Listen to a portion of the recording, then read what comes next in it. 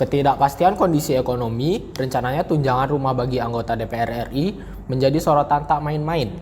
Tunjangan rumah anggota DPR bisa mencapai 50 juta rupiah. RI kembali menjadi sorotan setelah pemberian tunjangan rumah dinas senilai 50 juta rupiah setiap bulan. Wakil Ketua DPR Abis Kadir di gedung DPR membenarkan adanya anggaran ini. Namun ia membantah gaji anggota DPR naik menurut anggaran ini dibuat karena pengadaan rumah dinas sudah ditiadakan. Angka 50 juta rupiah pun dinilai wajar untuk rumah di kawasan Senayan, Jakarta Pusat. Tunjangan perumahan DPR itu 50 juta, tepatnya kurang lebih 58. Dipotong itu mereka terima sekitar 50 juta. Itu setiap anggota kalau pimpinan tidak dapat, karena kami pimpinan kan dapat rumah dinas. Jadi memang ini disesuaikan dengan sekarang. Ini kan tidak ada rumah dinas lagi. Jadi anggota DPR sudah tidak ada rumah dinas, tidak dapat rumah dinas hitungannya. Memang kalau mereka mengontrak rumah atau kos aja ruangan 4x6, begitu dengan kamar mandinya, itu kan kurang lebih di dekat-dekat Senayan. Ini per bulan 3 juta. Itu sudah paling murah. Kalau dikalikan 1 bulan, dianggap 26 hari, mereka bekerja berarti kurang lebih 78 juta. Kalau mereka terima sekitar 52 jutaan, mereka masih nombok untuk menuju 78 juta itu. Baik pemirsa, untuk membahas lebih dalam menanggapi polemik tunjangan anggota DPR yang kian tinggi di tengah ketidakpastian ekonomi, kami telah terhubung dengan Misbah Hasan, Sekjen Fitra, dan Tutu Dari Anto, anggota Komisi 12 DPR RI. Selamat malam, Pak. Ya, selamat malam, Pak. Saya ke Pak Tutu terlebih dahulu. Pak, saya ingin konfirmasi apa yang dikatakan oleh pimpinan DPR, tunjangan rumah 50 juta per bulan atau seperti apa? Dan tunjangan yang lain seperti apa, Pak? Ya, tunjangan rumah itu sebetulnya bukan anggaran baru itu, Mas. Yang perlu dijelaskan kepada masyarakat ya, jadi bukan diketok anggaran ini muncul angka tunjangan rumah. Punya rumah itu sudah dianggarkan sejak anggota dewan dilantik ya. Sudah setahun yang lalu, hampir setahun yang lalu. Nah kemudian itu mengenai hitungannya sebenarnya memang itu relatif ya tergantung dari bagaimana cara menghitungnya. Kalau dihitung seperti oleh pemimpin dewan tadi per hari seperti itu ya masih dibilang kurang lah. Tapi kami cukupkan. Masalahnya ini bukan soal cukup dan tidak cukup. Yang pertama ya kita memang sedang ada rumah dinas. Lalu yang kedua ya kita menyesuaikan saja supaya uang segitu itu dicukupkan untuk menunjang fasilitas rumah untuk kegiatan DPR di Senayan. Tapi bukankah sebagian besar anggota DPR sudah memiliki rumah sendiri, Pak?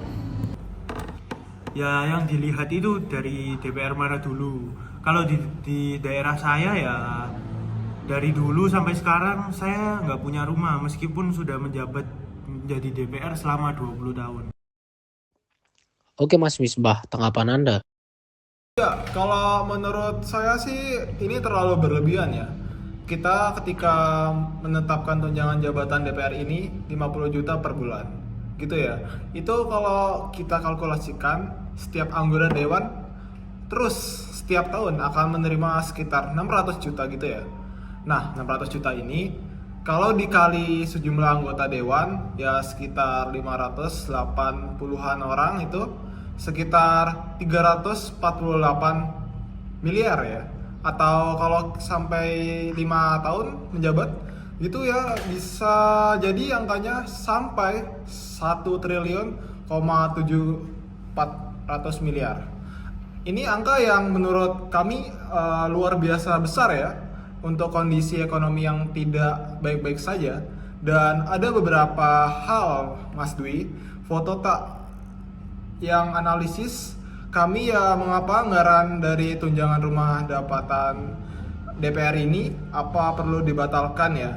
Yang pertama ya jadi ini akan menimbulkan kesenjangan ekonomi yang semakin melebar ya antara wakil rakyat dengan masyarakat gitu ya. dengan rakyat, apalagi ya kita tahu bahwa generasi Indonesia itu hingga Maret 2025 itu akan sekitar 0,375 poin. Itu artinya kesenjangan sangat besar, dan ini semakin parah, semakin tinggi kesenjangannya itu di perkotaan. Di hutan-hutan ini generasinya sekitar 0,395, artinya jauh sekali antara yang kelas menengah atas dengan masyarakat awam gitu. Oke, saya ke Pak Toto kembali. Pak Toto, mungkin yang menjadi sorotan kembali, masyarakat ini melihat tidak hanya tunjangan rumah saja, Pak. Ini di jumlah ditambahkan dengan tunjangan-tunjangan lain yang diperoleh oleh anggota dewan sebagai mana anggota dewan dibandingkan dengan kondisi ekonomi. Ada tunjangan beras, tunjangan melekat seperti tunjangan anak dan lain-lain. Kemudian tunjangan komunikasi yang sangat fantastis dan tunjangan rumah yang sangat tinggi, Pak. Pak Toto, Anda sudah berapa periode menjabat di sini? Sebenarnya seperti apa efektivitas tunjangan ini sebagai seorang anggota dewan, Pak Toto? Ya, kalau bicara tentang rumah tadi Mas, bahwa menyebut angka yang jumlahnya menjadi sangat banyak itu, ya memang itu kalau dihitung jumlahnya ya memang segitu. Karena ini kan setiap anggota DPR, tapi kalau dilihat dari angka itu setiap hari, bulan itu kan repot. Jadi tergantung dari jumlah keluarga yang diajak oleh anggota dewan itu. Ada beberapa, dan peranggota dewan ini tidak semuanya sudah punya rumah dan bukan orang Jakarta juga. Jadi ya hitungan ini menurut saya sudah dihitung dengan sungguh-sungguh sih oleh sekretaris dan oleh pemerintah, sudah dibahas bersama. Tinggal anggota dewan tinggal melaksanakan saja bagaimana karang-karangan itu dicukupkan. Karena kalau misalnya tinggal di hotel, saya kira tidak akan cukup itu. Jadi itu semua relatif lah. Tapi intinya begini, kami sebagai wakil rakyat sebetulnya tidak enak juga ya. Kita tuh soal anggaran seperti ini ya, itu terus terang kami sendiri merasa tidak enak. Tapi karena ini tanggung jawab publik dan rasanya kalau kita diam itu juga nanti dianggap apa benar begitu ya. Makanya ini saya terpaksa ngomong ini di depan Mas ya, Mas Misbah dan juga yang lainnya ya. Jadi ya seperti itulah artinya angka-angka itu saya kira sebenarnya sudah cukup wajar, dan ini bukan anggaran baru. Itu yang perlu menjadi catatan ya. Sudah ada juga hitungan yang sebetulnya nanti mungkin bisa dibuktikan melalui audit ya, dengan adanya rumah dinas itu berapa perawatan biaya 5 tahun segala macam itu. Mungkin angkanya lebih besar ya. Kalau di total juga bisa triliunan.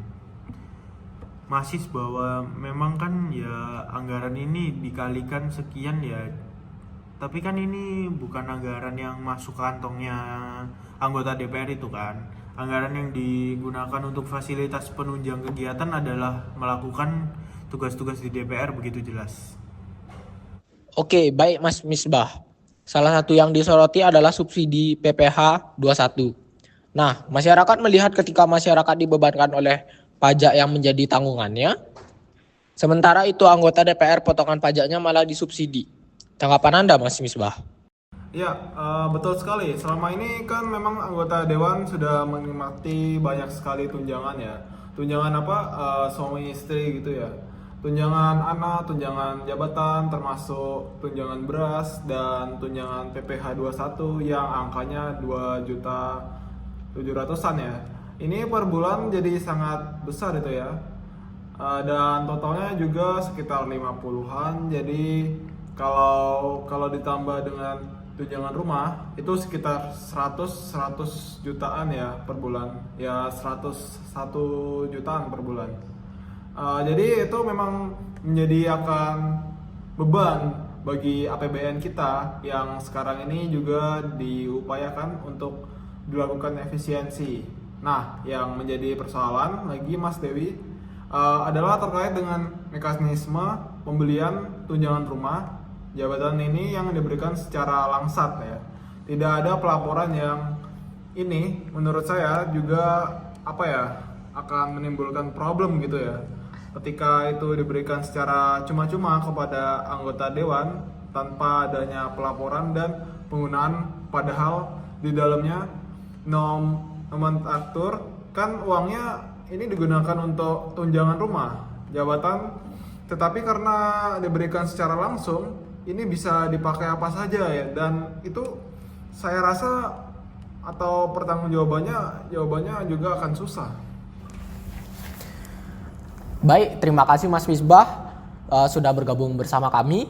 Pak Tutu juga terima kasih banyak meski di tengah sorotan masyarakat terhadap Pak Tutu dan kawan-kawan. Kita harapkan kinerjanya semakin maksimal dan bisa mematahkan asumsi tadi terhadap masyarakat dan buktikan.